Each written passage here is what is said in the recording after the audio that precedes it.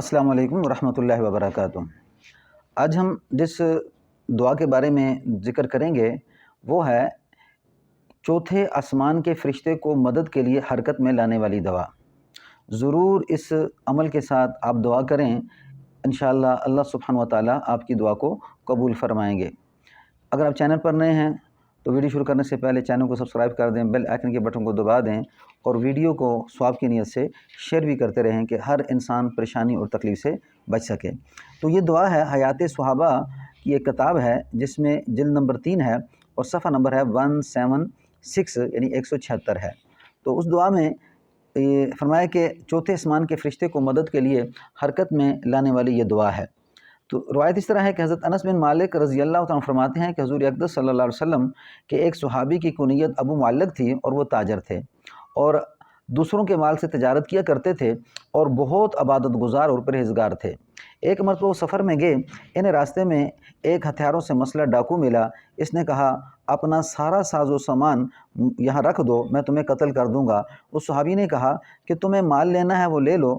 ڈاکو نے کہا نہیں، میں تمہارا خون بہانا چاہتا ہوں۔ اس صحابی نے کہا مجھے ذرا مہلت دے دو، میں نماز پڑھ لوں۔ تو اس نے کہا جتنی پڑھنی ہے پڑھ لو۔ چنانچہ اس نے وضو کر کے نماز شروع کی اور یہ دعا 3 مرتبہ پڑھی۔ اور وہ دعا کیا ہے؟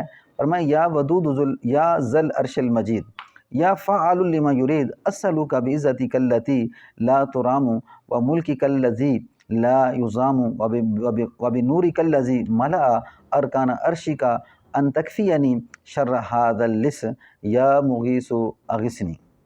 اب اس نے یہ 3 مرتبہ دعا پڑھی تو اچانک ایک گھوڑا سوار نمودار ہوا جس کے ہاتھ میں ایک نیزہ تھا، جس سے اٹھا کر اس نے اپنے گھوڑے کے کانوں کے درمیان بلند کیا ہوا تھا۔ اس نے اس ڈاکو کو نیزہ مار کر قتل کر دیا۔